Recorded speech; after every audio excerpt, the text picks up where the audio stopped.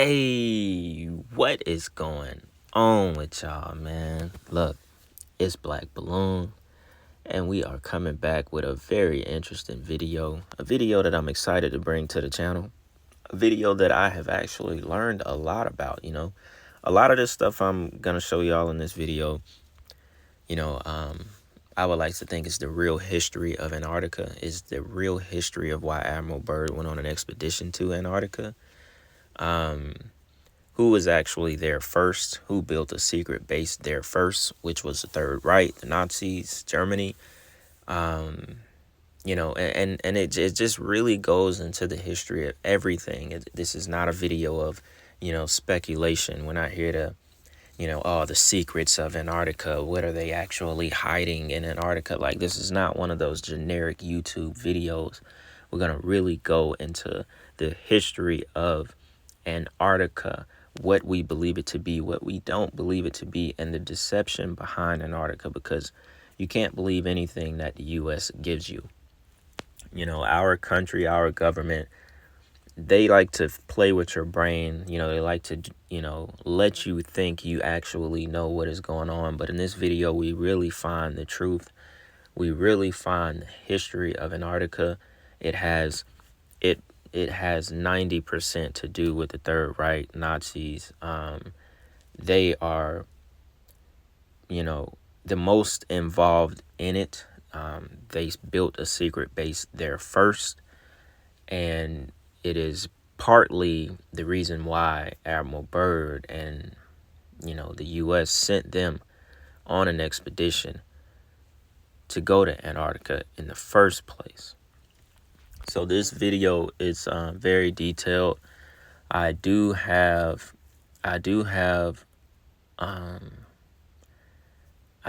some clips in this video that comes from a Russian documentary about the Third Reich and, their UFOs and the history on Antarctica. Now, we've talked about the Third Reich and their UFOs in the previous video, but this goes a lot deeper into it. This is why I waited. I put that video out first so people could watch that video. Then we're going to go a little bit deeper into the Third Reich UFOs and Antarctica and why all of this stuff was done in the first place. So, a good portion of this video is going to be from a Russian documentary. So it's not in English. It is subtitled. So you have to pay attention. You have to watch the entire thing. You can't take your eyes off of it because it's subtitles. So you're going to have to read the subtitles and watch the video, or you're going to miss something important if you don't pay attention to it. Now, I chose this video because it absolutely holds the truth. I didn't want to get something that was like cupcake and that was beaten around it. This video, the documentary that I found, is the real truth. Now, I do have another one that's completely in English, a few more clips that's completely in English, and it'll go with the regular style of the video. But I just wanted to let y'all know what y'all were going to be watching and what this video is going to be about. I think it's going to be really interesting. So with that being said, let's jump into the first clip. So we were originally talking about the spiriting out of the two spacecraft out of Berlin before the Allies arrived. We said that they were put aboard two submarines. They spent 6 months at sea, and they finally landed in Argentina. Now, from that point, they were taken into Antarctica, into a section of Antarctica called Queen's Maud's Land. And there they disappeared, and they were not heard of for some time. Now, intelligence sources, and of course I was in the intelligence business at that time with the agency, reports indicated that they were in there and they were operative once again. Now, there was a major concern by world powers to go in and capture the technology and the two spacecraft which they knew were in Antarctica. And the intelligence reports indicated that one known as Admiral Byrd was to be recommissioned, and he was to be sent in there to retrieve the two saucers and also the technology and personnel associated with it. Later reports indicated that Admiral Byrd was given 8 months and unlimited funding to go in and pull this thing successfully off. But we also know that within 8 weeks he was totally defeated. Now, the supposition at that point was that there was an advanced civilization and technology, most probably alien. There were with the Third Reich and the SS who was in Antarctica, and that those great and developed technologies were used to defeat Admiral Byrd. And of course, as it turns out, even to date, they're still there. We never did successfully get them. Now, that first clip already provides us with some history, and the real reason Admiral Byrd went on an expedition to Antarctica, and I won't even call it an expedition, he went on a mission. They went on a mission. It was clear they went to find two of basically the flying saucers that the Third Reich were already producing. Intelligence agencies in the U.S. got word that some of their top scientists and engineers, they were completely missing. They weren't coming up as dead. They weren't coming up as relocated. A lot of them, I think a lot of this was right before Operation Paperclip or right around the same time. So all of the Nazi scientists and engineers, they didn't come to the U.S. on Operation Paperclip. A lot of them went to Antarctica in the secret base. Once the U.S. got word of that, they sent Admiral Byrd and his team on a mission to actually also destroy the secret base that the Third Reich had built, and to also recover the two flying saucers, the technology, and the people that were associated with advancing the technology the way that it was, because we obviously weren't on anything like that. And, they were basically responsible for building the first flying saucers. So that's something people completely miss. I'm pretty sure there's some, good history buffs out there, people that like to look into this kind of stuff. But when we mostly hear about Admiral Byrd, all we hear about is his expedition to Antarctica and the hollow earth theory. Him seeing vegetation, mammoths, all kind of stuff that he supposedly wrote in his diary. And then the clip that's been completely scrubbed off the internet, which I tried to find to add to this video, but I couldn't find it. It's very hard to find that original audio that he did back in 1954, I think. It was 54 or 55. So that I couldn't find to have a supporting clip in this video. But that first clip, just to start off, tells us a lot. Already gives us the true history. They had an 8-month mission to get the job done. They were sent back in 8 weeks, 2 months, in which the rumor was he wasn't actually sent back, by fighting with the Third Reich and the Nazis. He was actually sent back by the civilization that basically inhabit the inner earth and that inhabit that area of Antarctica, the access point where Antarctica is. So the story goes that two flying saucers basically flew out of the water and started attacking Admiral Byrd and his team. Now, the Third Reich, they didn't take ownership of what happened because their technology, their flying saucers, were not that advanced yet. So this had to be something that was, completely outside of this realm. Technology that we were not yet capable of. So that is the real reason why the mission was cut short. But we're going to get into that more. We're going to get into that more as the video goes on. He was also funded on that trip by John D. Rockefeller. Now, in my mind, I believe Admiral Byrd to be a Freemason. I don't think he would have done all the things he did and, was even chosen to go on that trip. Although he was an admiral at that time, I really do think he was a Mason, and that is why he was able to see the things that he did. And he held a lot of secrets as well. But without me continuing to go on and spoil what's coming up next in the video, we're going to check out more about the Third Reich. So check this out. The stories that I've uncovered about the inner earth is that very early on in the history of the Third Reich, Nazi elite and especially Hitler were trying to establish contact with a civilization living in the inner earth, which was considered an Aryan civilization of a lot more advanced nature than their brothers, lost brothers living on the surface of the planet. The Thule Society carries the name of the former capital of that civilization, someplace around present-day Greenland, before the previous polar shifts and before Greenland became under ice. Two expeditions were made in the late 30s, early 40s, one attempting to enter the North Polar water opening with a submarine, which proved unsuccessful. A second attempt was made to enter the land opening on the South Pole with an anti-gravity cigar-shaped device, basically a small prototype probably of the giant Andromeda space station that was developed later on by the SS, and it proved successful. The most interesting story is the one that I heard by an American living in Florida who claims to have spent 2 months in the city of New Berlin. This is a city that was developed into the inner earth, and a part of the Germans from the South Polar colony were admitted by the inner earthlings and were allowed to build that city there. Very strict admission procedures, no previous SS members, no previous concentration camp guards and so on were admitted.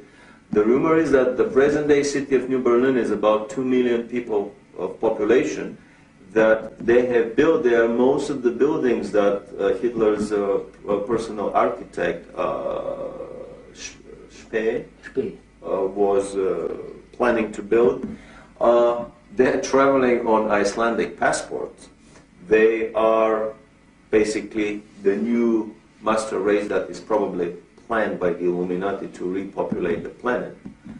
And there is even a rumor that there is a New Berlin embassy in Washington on an unmarked floor of a high-rise building. You probably punch a code on the elevator buttons, and when the elevator stops on that floor and the doors open, you see the sign of New Berlin in the lobby.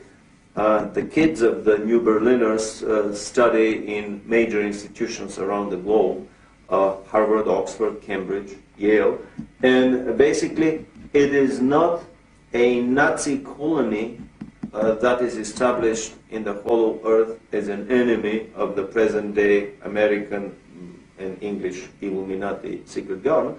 On the contrary, it is just basically the other side of the same coin. Some would even coin the new word, the Illuminati presence on the planet, that basically the World War II Nazis and the present-day Illuminatis in America are nothing more than the two sides of the same Illuminati coin. So basically, this is a colony, a presence in the hollow earth that has been established with a shoulder-to-shoulder cooperation of the Russians and Americans, organized, orchestrated, and performed through the quiet cooperation of the Illuminati government. In my work with South African, Brazilian, and American geologists at the South Pole, it is clear that under the structures of ice, there are many layers of civilization, suggesting at one earlier point of time when the conditions of the South Pole were different. Clearly, there was some type of civilization there. The evidences of huge dinosaur intelligence suggest that this was one of the possible places for the Garden of Eden. This, of course, is assuming that the shell of the Earth had a different north and south magnetic pole. And with the shifting of the pole, this region became suddenly very, very frigid.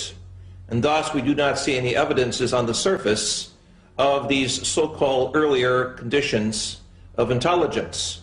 However, I believe with the further exploration of the documents that both Admiral Byrd brought to the attention of the world after World War II, and the Brazilian Navy uncovered in 1961 with its subpole expedition, that extraterrestrial intelligence is also operated out of the area of the South Pole. In that sense, the South Pole is a connecting point with other civilizations. possible extrasolar gardens of paradise.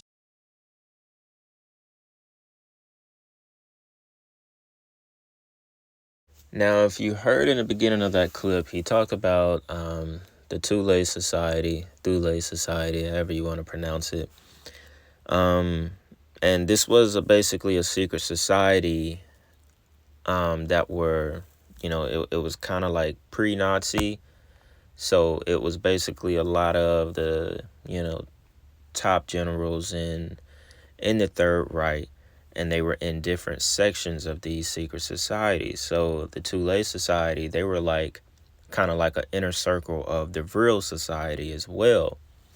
Now, they had about 3 or 4 secret societies. Kind of the most two talked about would be the Thule Society and the VRIL Society. Now, we have to understand that the Third Reich and, their engineers, their scientists, their occultists, they were deeply rooted in seeking ancient occultic knowledge. And I mean deeply rooted in it. Really deeply rooted. And, researching this stuff, I was amazed at reading some of the things that I have come across. I found a book that was, it was basically wrote. It was wrote basically to describe the secret, VRIL society. I think the book was called The Coming Race, which was the name of the book. It was called The Coming Race. Basically describes the VRIL society, right? The book described them as beings that called themselves VRILya, VRIL-ya, VRILya. And they were telepathic. They had the abilities to transmit information, get rid of pain, and put others to sleep. So it says the narrator soon discovers that the VRILya are descendants of an antediluvian civilization, if I said that right, called the Ana, who live in networks of caverns linked by tunnels. Originally surface dwellers, they fled underground thousands of years ago to escape a massive flood and gain greater power by facing and dominating the harsh conditions of the earth. The place where the narrator descended houses 12,000 families, one of the largest groups. Their society is a technology-supported utopia, chief among their tools being an all-permeating fluid called VRIL, a latent source of energy that the spiritually elevated hosts are able to master through training of their will to a degree that depends on their hereditary constitution. This mastery gives them access to an extraordinary force that can be controlled at will. It is this fluid that the VRIL employ to communicate. The powers of the VRIL include the ability to heal, change, and destroy beings and things. The destructive powers in particular are immense, allowing a few VRIL to destroy entire cities if it's necessary. They believe in the permanence of life, which according to them, life is not destroyed, it just changes form. And that is where the energy, the VRIL energy, comes into hand, because we know energy does not die. Energy just basically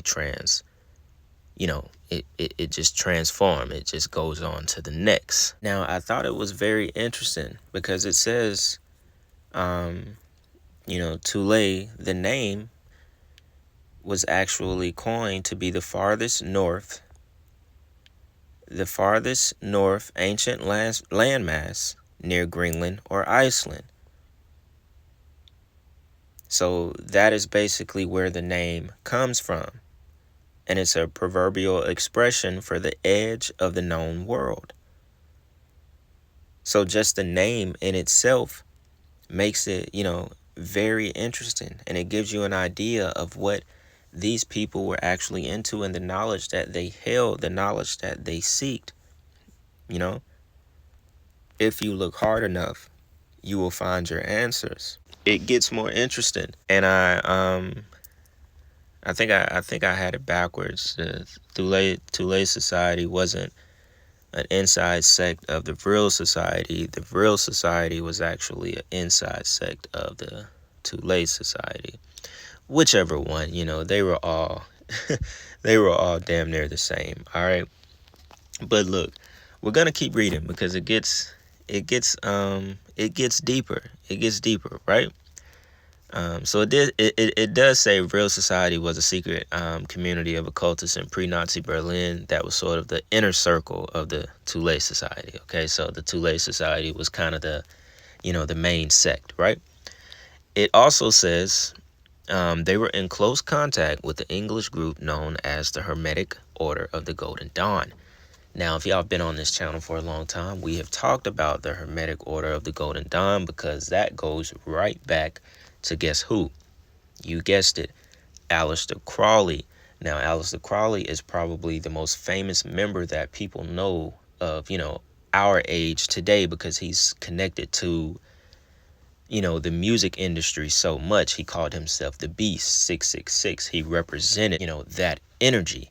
And I believe he joined the Hermetic Order of the Golden Dawn in like 1890s, in the 1890s. Now, the Hermetic Order of the Golden Dawn is also basically derived from the organization of the Rosicrucians. So this lets you know how deep this occultic knowledge was involved with the VRIL and Thule Society. And the fact that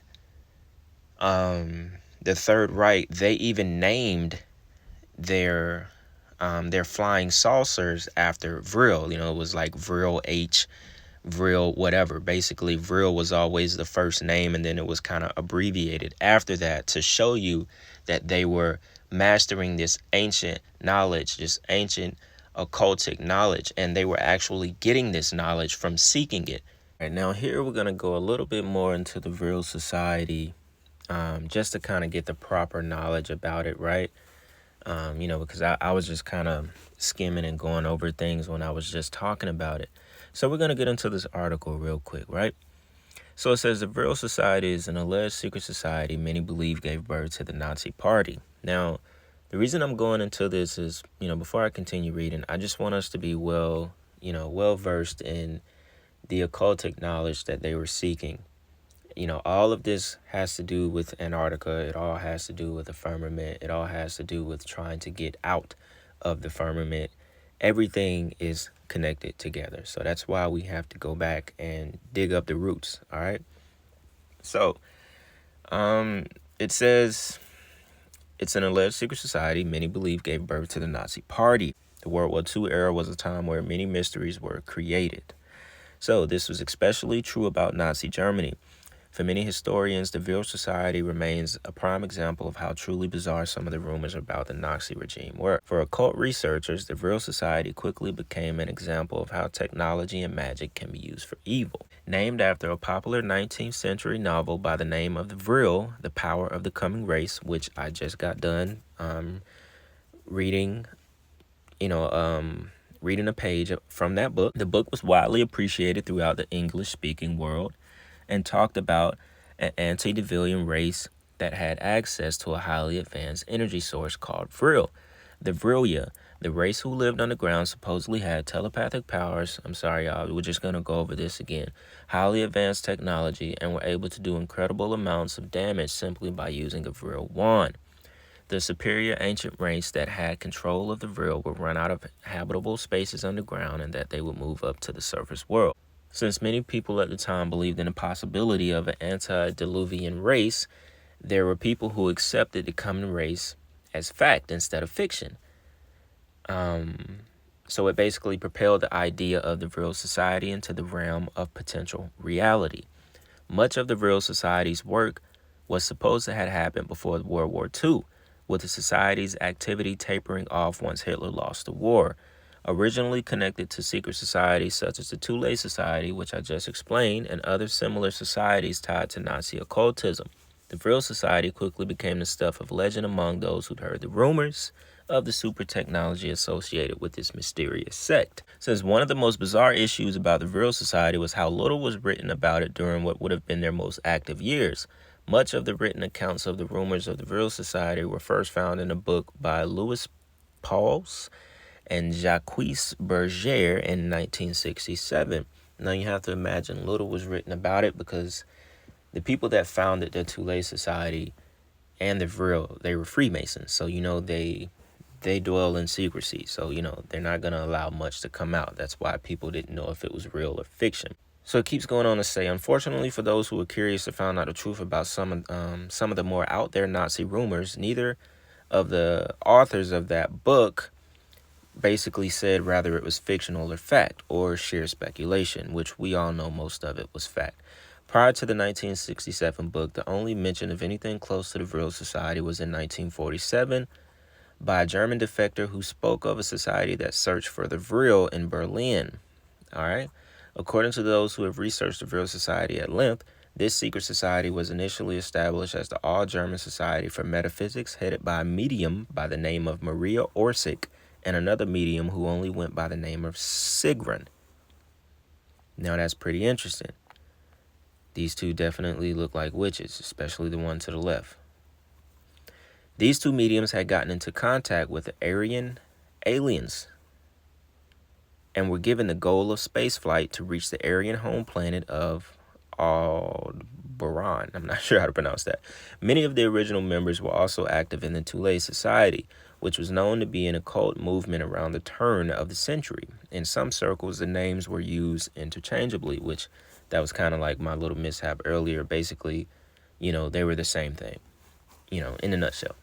Unlike many secret societies, people who have heard about the actions of the VRIL Society were quick to admit that the group's highly focused programs went into effect faster than anyone could have imagined.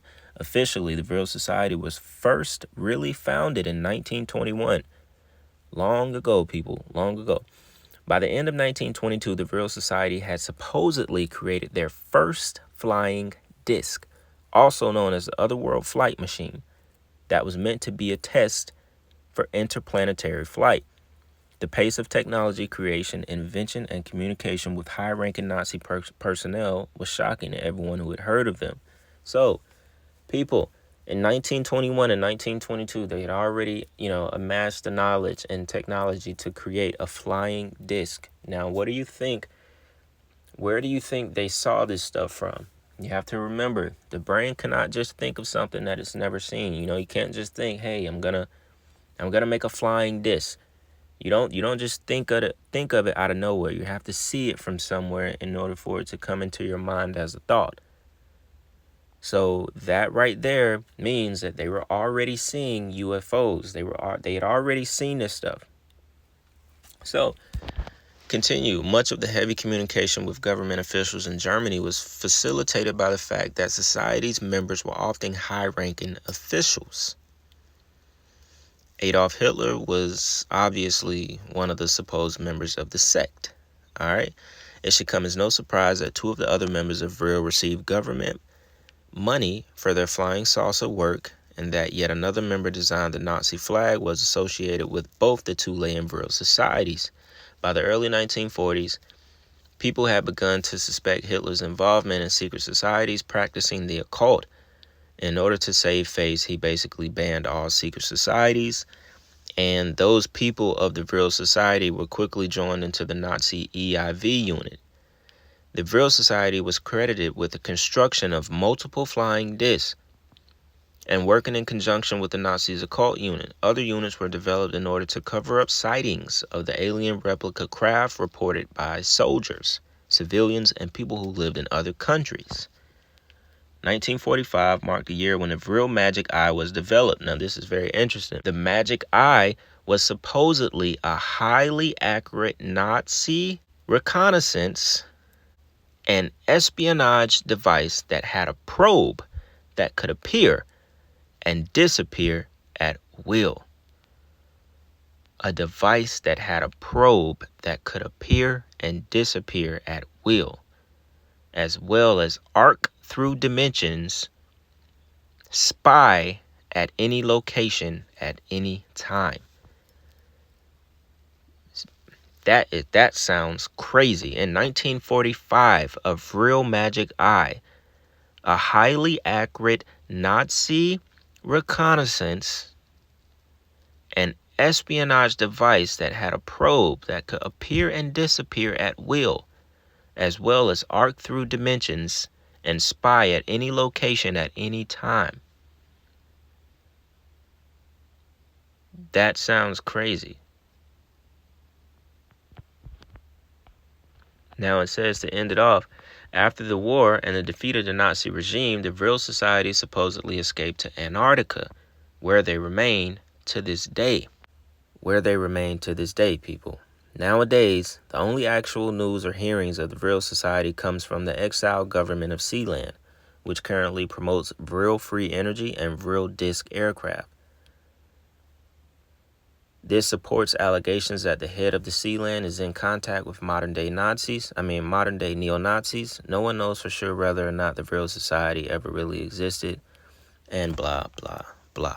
So we know this is partly, this goes back to, what they're actually covering up in Antarctica, what actually goes on today. We know they all work together now on one goal. Back then, it was all kind of separated. The Germans, the Nazis, they were on to it first in Antarctica and, trying to achieve the technology that they were basically seeking back then through magic and through ancient occult knowledge. All right. So I just wanted to go over that with y'all just to kind of get a direct article so it's not all over the place. But I think we've covered this section of the video very well. And remember, I do have a documentary that's going to be a major portion of this video.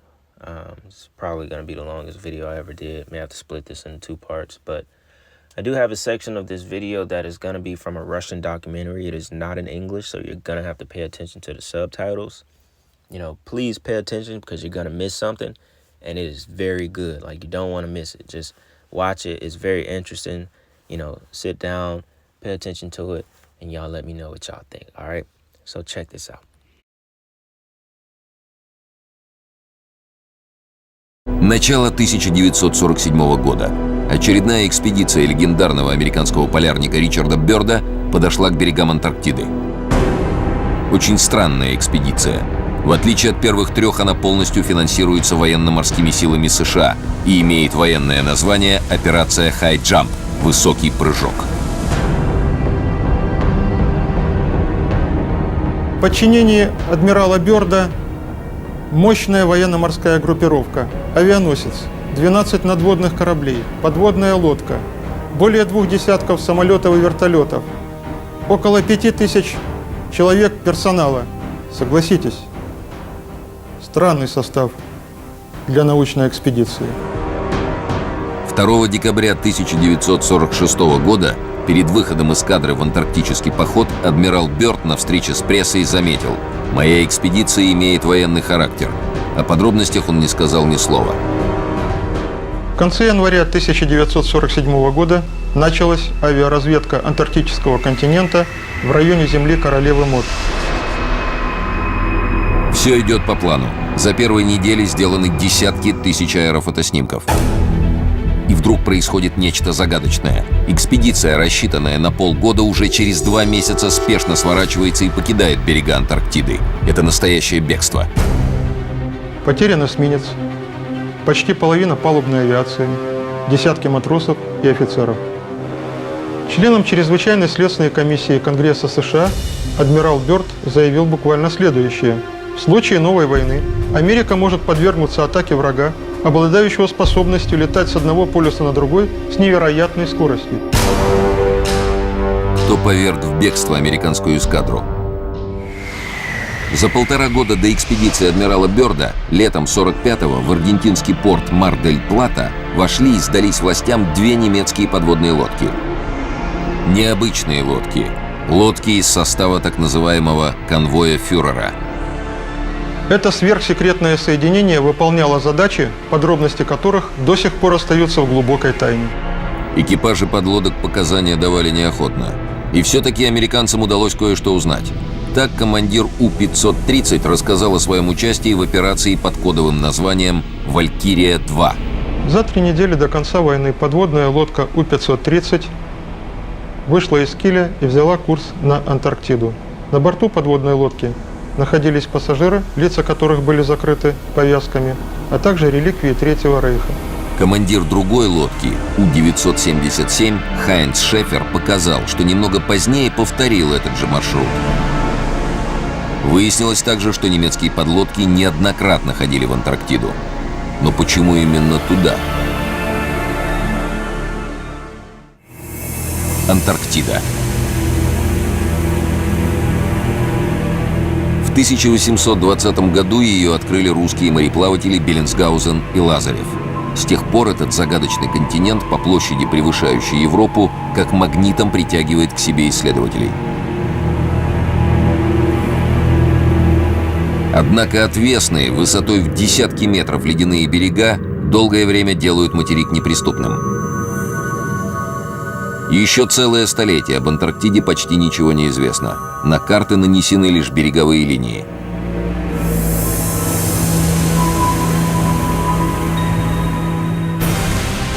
И вдруг к далекому и бесполезному ледяному континенту проявляет непонятный интерес Германия. На изучение Антарктиды выделены огромные средства. В конце 30-х годов организованы 2 научно-исследовательских экспедиции. И это перед войной, готовые разразиться со дня на день. С января 1939 года 2 самолета «Пассат» и «Борей», которые с помощью катапульт взлетают с борта «Швабии», начинают разведку земли Королевы Мод. За 3 недели летчики Люфтваффе с помощью металлических вымпелов со знаком свастики застолбили за Третьим Рейхом территорию величиной с Германию. Она получила название «Новая Швабия». В апреле 1939 года командир экспедиции, опытный полярный капитан Альфред Ритшер, рапортует: «Я выполнил миссию, возложенную на меня маршалом Герингом. Впервые германские самолеты пролетели над антарктическим континентом. Каждые 25 километров наши самолеты сбрасывали вымпелы. Мы покрыли зону приблизительно в 600 тысяч квадратных километров. Из них 350 тысяч были сфотографированы». Воздушные асы Геринга сделали свое дело. Загадочную эстафету принимают морские волки фюрера подводных лодок адмирала Карла Дёница. За 3-9 земель к берегам ледяной Антарктиды скрытно направляются немецкие субмарины. А через некоторое время Дёниц роняет странную фразу: «Мои подводники обнаружили настоящий земной рай». В 1943 году, в разгар войны с Россией, гросс-адмирал Дёниц произносит еще одну не менее загадочную фразу: «Подводный флот Германии может гордиться, что на другом конце света он создал неприступную крепость для фюрера». Тогда главнокомандующего военно-морским флотом Германии понимал очень узкий круг лиц. Сегодня мы можем предположить, что имел в виду гросс-адмирал. Не так давно в Антарктиде под километровым слоем льда обнаружены огромные озера. Температура воды в них плюс 18 градусов. Над поверхностью воды находятся куполообразные своды, заполненные теплым воздухом. Не исключено, что из этих озер, постоянно подогреваемых снизу, в океан вытекают настоящие реки теплой воды. За тысячи лет они могли создать подо льдом и под землей огромные туннели, вполне пригодные для устройства тайных баз. Со стороны океана, поднырнув под прибрежными льдами, туда может спокойно зайти любая подводная лодка. Вот вам и готовая база. Без штормов и полярных холодов. Абсолютно скрытая от постороннего глаза. Вне досягаемости для любого противника. Если бы немцы решили разместить какие-то секретные базы, создать, или секретные зоны, которые как бы имели статус экстерриториальности, то полярные зоны, в том числе Антарктида, была совершенно естественным районом нахождения подобного рода баз или анклавов. Судя по обнаруженным документам и воспоминаниям участников событий, нацисты на самом деле создавали в Антарктиде сверхсекретную базу. Она носила кодовое название «База 211». Уже с начала 1939 года между Антарктидой и Германией начинаются регулярные рейсы специально переоборудованного исследовательского судна «Швабия». На землю Королевы Мод перевозится горнопроходческое оборудование и другая техника, в том числе рельсовые дороги, вагонетки и огромные фрезы для проходки тоннелей. Туда же прибывают ученые, инженеры, высококвалифицированные рабочие. Для чего Германии была нужна столь удаленная база? Предположения высказываются разные. Одни полагают, что с ее помощью немцы хотели контролировать южные моря. Другие считают, что Германию привлекали полезные ископаемые Антарктиды, особенно уран, без которого невозможно создание сверхоружия.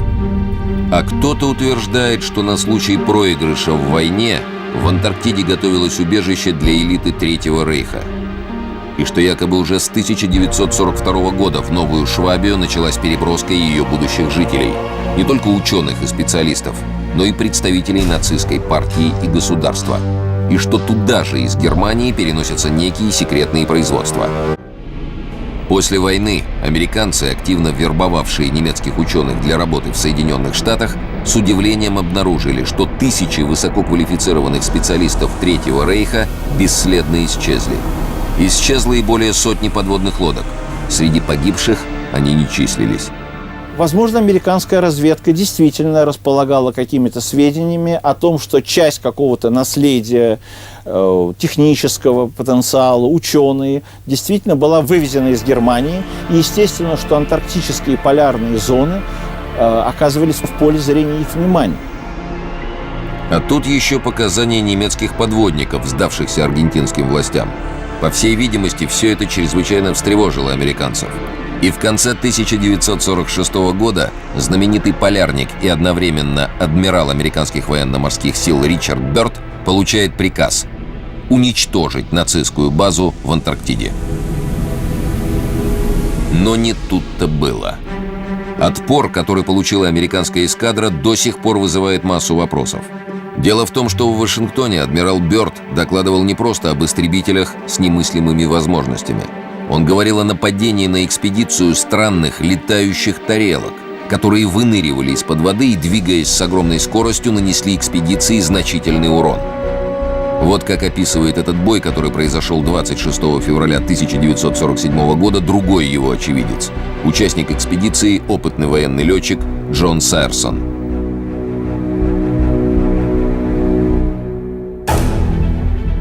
Они выскакивали из-под воды, как угорелые, и проскальзывали буквально между мачтами кораблей с такой скоростью, что потоками возмущенного воздуха рвало радиоантенны.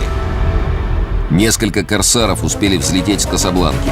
Я не успел и глазом моргнуть, как два из них, сраженные какими-то неведомыми лучами, брызнувшими из носовых частей этих летающих тарелок, зарылись в воду возле кораблей. Я в это время находился на палубе Касабланки. Я ничего не понимал. Эти предметы не издавали ни единого звука. Они безмолвно носились между кораблями и беспрерывно плевались убийственным огнем.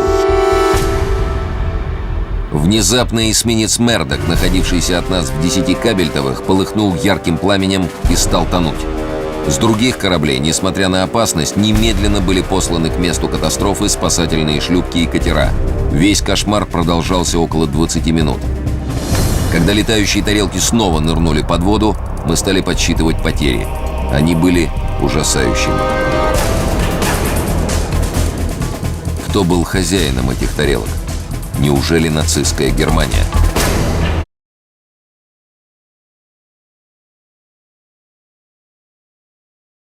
All right, y'all. So in the first part of that documentary, they were kind of going over a few things that we've, sort of touched on in this video already.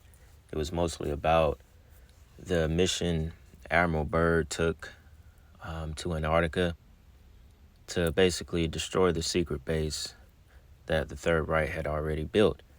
And it explained that, they caught word that a lot of the top scientists and engineers and members of the Third Reich weren't, they weren't coming up dead, they weren't coming up missing.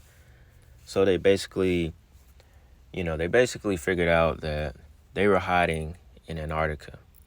And I think the most interesting part about that first piece of that documentary is the fact that they talked about the two flying saucers that I brought up that came out of the water at speeds that they had never seen, and the fact that the flying saucers were also completely silent as they flew by the ships that were on sea.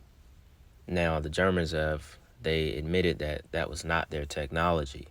So this brings up the question that kind of goes back to the last video about UFOs that I did on the channel. And where, we had the clip where they were talking about, the UFOs being spiritual in a sense, and then the UFOs being physical in a sense as well. So, this kind of goes to what you want to believe is actually going on in the world that we live in this universe. Do we believe that these UFOs, these flying discs, they're not even UFOs, they're flying discs because they were identified. They're not unidentified objects. They are identified. They're flying discs. What's not identified is who is controlling those discs, who is flying those discs, if anyone is even flying them at all. So we got to factor that in as well, because if these discs are that advanced, there may not be anyone that's actually flying the disc. That could be the trick right there. So you can't say it's flown by an alien or it's flown by a fallen angel. It could, it may not even be flown by a being at all. But it raises the question that, is there truly an advanced race out there beyond or beneath the Antarctica ice walls that just haven't shown themselves to humanity? It's not to say that race is an alien race, but they're just much more advanced than humans are ready for. Because if you think about this is back in the 30s and 40s that, this kind of technology was already in place through whoever was controlling those flying discs. Because it's basically, at this point, it's unexplainable without any, further accounts or any further knowledge on what was actually controlling the disc. Now, without going and kind of repeating some of the same things that we've already talked about, I'm going to save y'all a couple of minutes from watching that documentary. And the next part of the documentary is actually about what I'm going to read y'all right now. We'll just read it off of this article. So, I don't want to force y'all to listen to that documentary too much and watch the subtitles, but I am going to go back to it so we can catch other, just catch other things in the documentary that I couldn't find anywhere else. So the next portion of that documentary was about the Antarctica Society. Now, there were like 3 main secret societies that were all around the Third Reich and the Germans back in those days. We already talked about the Thule Society and the VRIL Society. Now we talk about the Antarctica Secret Society. It was created in 1935 by Heinrich Himmler and Hermann Wirth and Richard Dare. These 2 guys, they were obsessed with the knowledge of Atlantis. Now, a lot of us are familiar with Atlantis. Some people, have a lot of different theories about Atlantis. They were like the masters of crystal technology. Atlantis was a crystal city, or Atlantis was actually the whole world and not just one continent. There's a bunch of different theories about Atlantis, right? So these people were actually obsessed with Atlantis because they thought that their race, basically where Germans spawned from, basically they thought that they were the original race of that land, Atlantis, as in Germans, right? So it says officially Antarctica was registered as a study society for primordial intellectual history and German ancestral heritage. Yet the organization was funded by members in the Third Reich, and its true goal was to research the cultural history and characteristics of the Aryan race in an effort to prove that they were godlike advanced race from the Germans, from which the Germans were descended from. Continuing on, with their obsession for the occult, one of Himmler's dreams was to create a new religion that would replace the Christian religion in Germany. So this is why, they sought out to basically research and find whether or not they were descendants from this, advanced civilization that they believe inhabited Atlantis. They did a lot of archaeological excavations through Germany, Greece, Poland, Iceland, Romania, Croatia, and other countries, including Africa and the occupied part of Russia. One of the research institutes of Antarctica was dealing with the so-called world ice theory. This goes to Antarctica, which was suggested that there were several moons in different orbits around Earth. Scientists within the organization also supported that Earth was created when a giant chunk of ice collided with the sun. Now, that just sounds pretty foolish, but it says Antarctica also intensively searched for Atlantis and the Holy Grail all over the world, Bizarre as it may sound, occultists believe that the Aryans, the white Nordic superior race of pure blood, had escaped the mythical Atlantis when it sunk after being, wait for it, struck by a divine thunderbolt and inhabited Earth. So they had some wild beliefs. Basically, I just wanted to save y'all a few minutes from watching that documentary because the documentary is kind of really reading you exactly what I just read y'all. But this was basically another inside, this was another inside secret society of the Third Reich that a lot of people didn't know about. And these were the guys that were actually behind trying to, find their ancestral knowledge. This is why they went to Antarctica. This is where it all began, so this video just kind of takes us back to finding out why all of this stuff even took place. It's originally why I said this wasn't going to be like a, one of those generic videos. We were really going to dig deep and find out the why, find out the history of what Antarctica details and why, so many countries, so many researchers, so many archaeologists, so many, occultists want to know what's actually going on, and the fact that Germany and the Nazis say that they actually made contact with the advanced civilization that is in Antarctica. Whether or not we want to believe that there's some kind of portal or wormhole that takes you to the advanced civilization, or there's just an opening that takes you to inner Earth and, you get to see all kind of different life. And it's nothing like what we would expect. That's left up to your belief, because at the end of the day, it's all speculation. We can't prove it, but I'd be damned. I would be damned to say that, I'm not believing it. You know what I'm saying? Because, man, this world is way more, truth is way more stranger than fiction, man. So who really knows what's out there? But before I continue going on, there's a couple more minutes of that documentary I want y'all to watch. So we're gonna get right back to it. Check this out. Без сомнения, сотрудникам АННРБ была известна удивительная карта, обнаруженная историками в 1929 году. Карта эта создана в начале XVI века прославленным турецким адмиралом Пири Рейсом. Поражает то, что на ней подробнейшим образом нанесен северный берег Антарктиды. И это за 300 лет до официального открытия этого континента. В заметках на карте адмирал сообщает, что он составил ее по многочисленным источникам, некоторым из которых было не менее 3000 лет. Но самое загадочное в другом. Береговая линия Антарктиды изображена без ледяного покрова. Эта карта будоражит воображение и сегодня. Вот вердикт специалистов военно-воздушных сил США. Береговая линия была нанесена на карту до того, как была покрыта льдом. Лед на этой территории имеет толщину приблизительно 1,5 километра. У нас нет догадок, каким образом эти данные могли быть получены в 1513 году. Международные экспедиции, проверявшие карту Пири Рейса, пришли к выводу, она точнее карт, составленных в 20 веке. А сейсмическая разведка подтвердила то, о чем до последнего времени не догадывались. Некоторые горы, которые считались частью единого массива, оказались на самом деле островами, как это и было указано на старой карте. Можно представить, какое впечатление в 30-е годы произвела карта Пири Рейса на приверженцев арийской теории.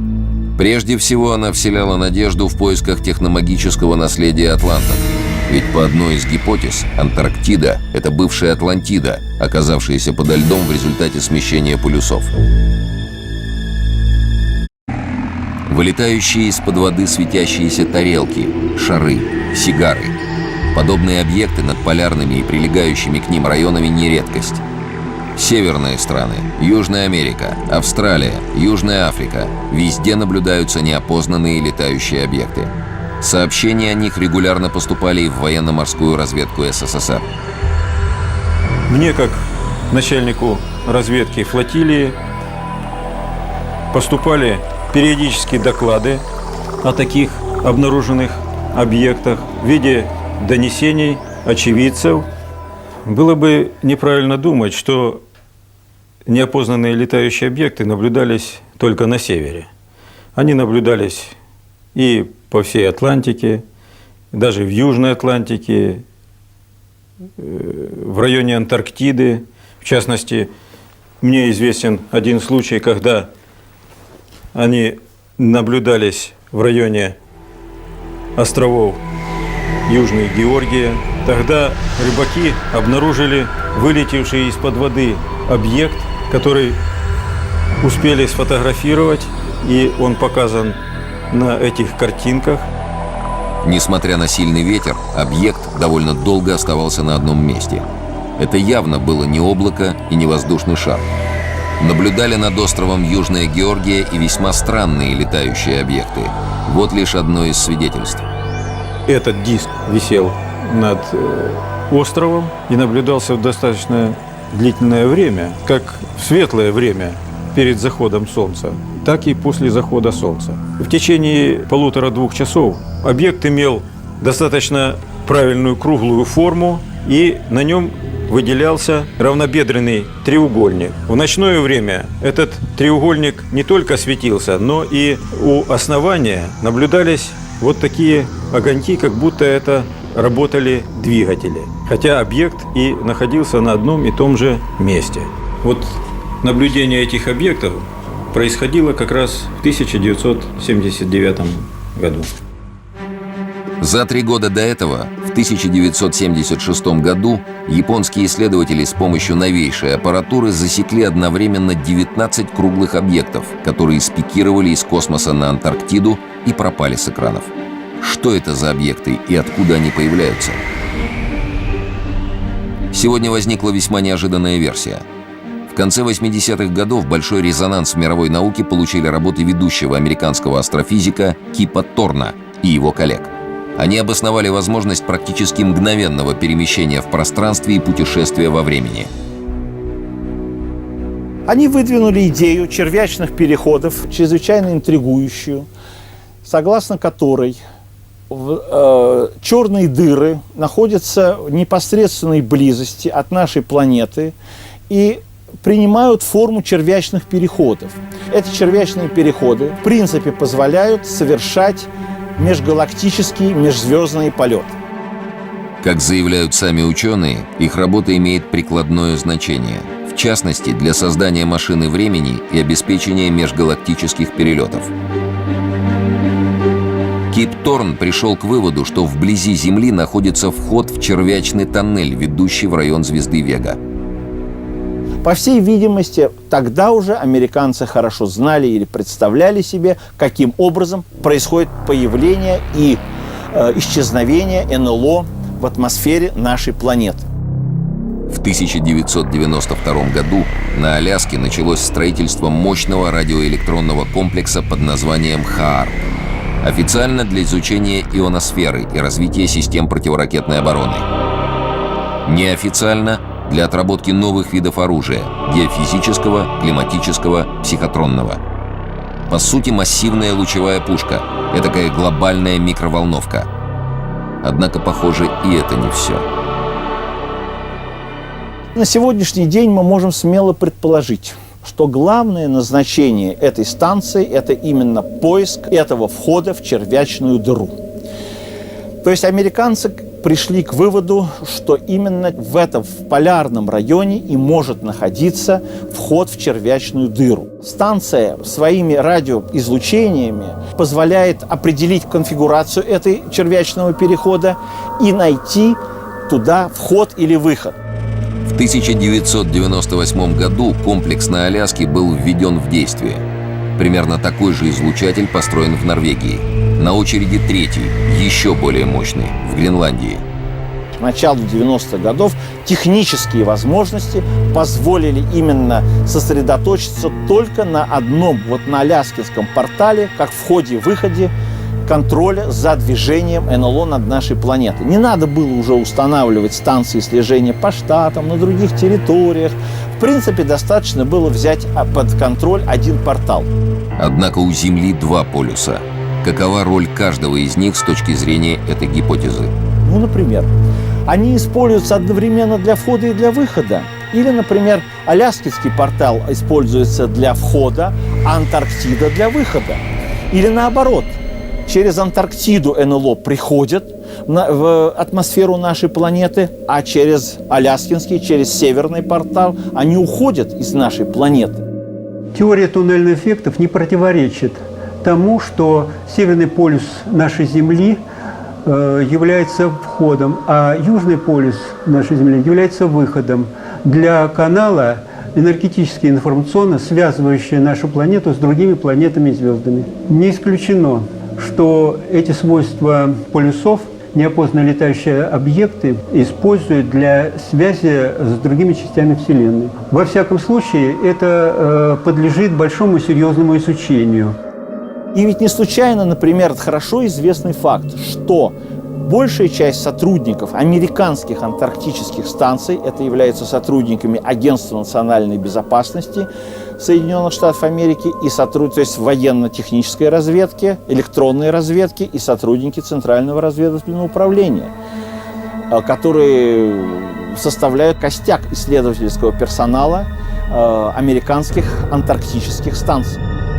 Возможно, ученые Третьего Рейха тоже предполагали, что Арктика и Антарктида не просто земные полюса.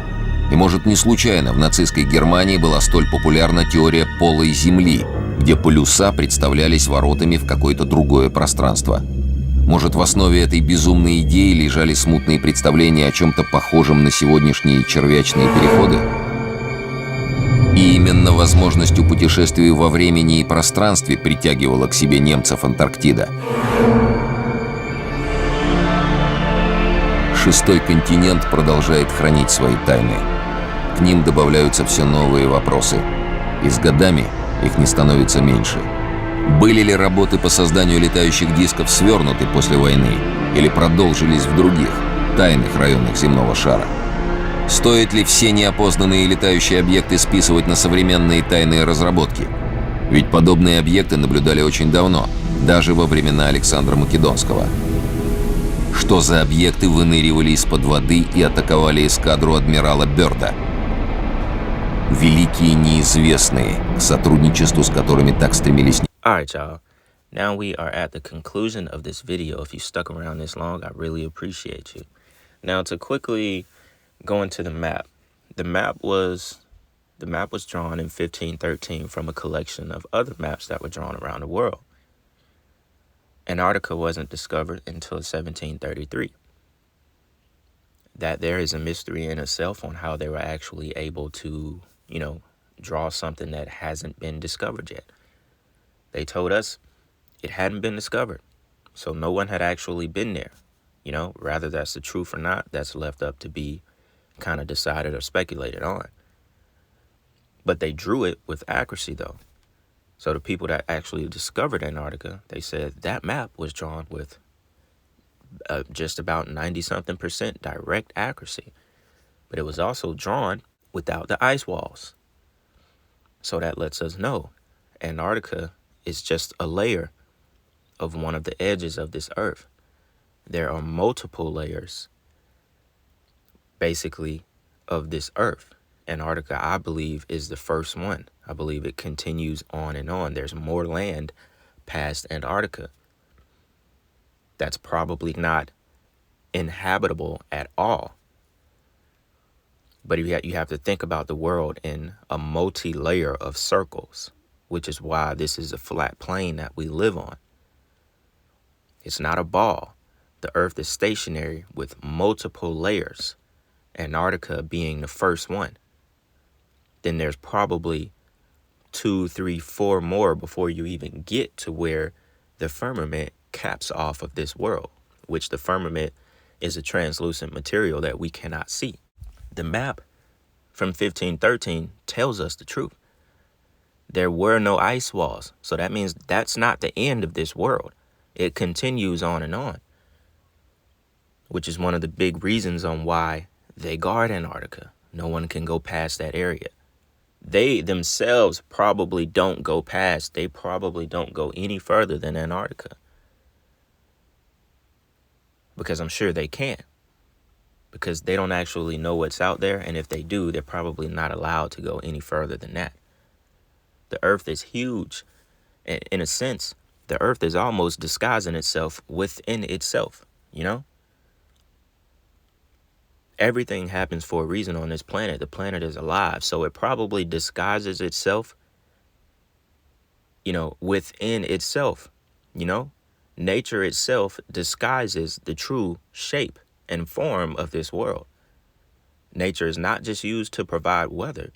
It also disguises the rest of this earth. Because no human can see the full creation that God made. He doesn't allow us to. No man has the full, you know, shape and, you know, like no man has ever seen the true shape of this earth.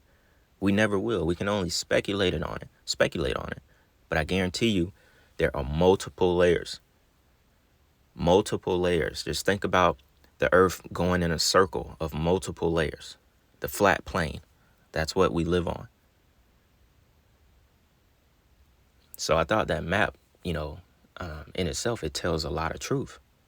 Now, going on to the last part of this video, where they were talking about UFOs being spotted way before Antarctica coming out of the ocean, that leaves, you know, more mystery that, you know, they didn't go to Antarctica and see it for the first time. It was already spotted hundreds of years ago from the 1940s that flying discs were coming up out of the ocean.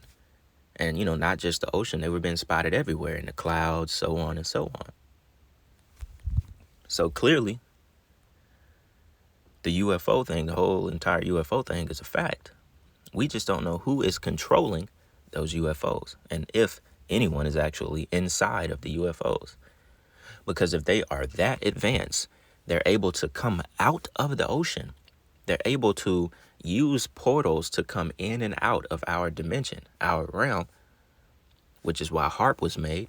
The real truth on why, the clandestine truth on why HARP was made, to study the wormholes, the portals that these UFOs use to exit and leave our planet. Now that was crazy, that they actually used HARP for that. That's the real truth on HARP. But like I was saying, you got to remember, these UFOs are also spiritual in a sense. So there actually may not be anyone that is controlling the UFOs.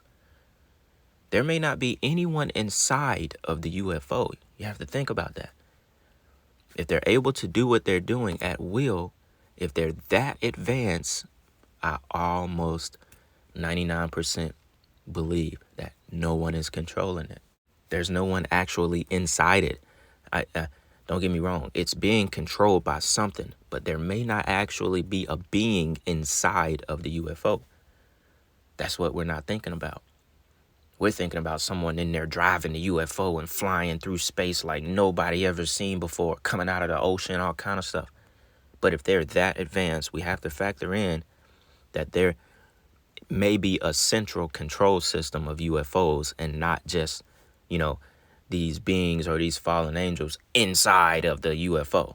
You know, it wouldn't truly make sense for it to be that way. Or at the end of the day, it could be some advanced civilization, and that's just what they do. That's just what they do, and it's just a mystery that we maybe will never find out in our lifetimes. I'm not really sure. But it is very interesting, and it's very fun to study and research this stuff. You know, we've come to the end of this video. Like I said, I really appreciate you if you stuck around. I learned a lot researching this video. It was fun to do it. You know, this is fresh. It's a very fresh topic. And I feel like we covered it very well. We've unearthed some things that a lot of people didn't know, including myself. So, yeah, man. With that being said, y'all let me know what y'all think about the video. You know, get a conversation going back and forth. Maybe we could do a part 2 if it calls for it. And yeah, man. With that being said, it's Black Balloon. And I'm going to see y'all soon.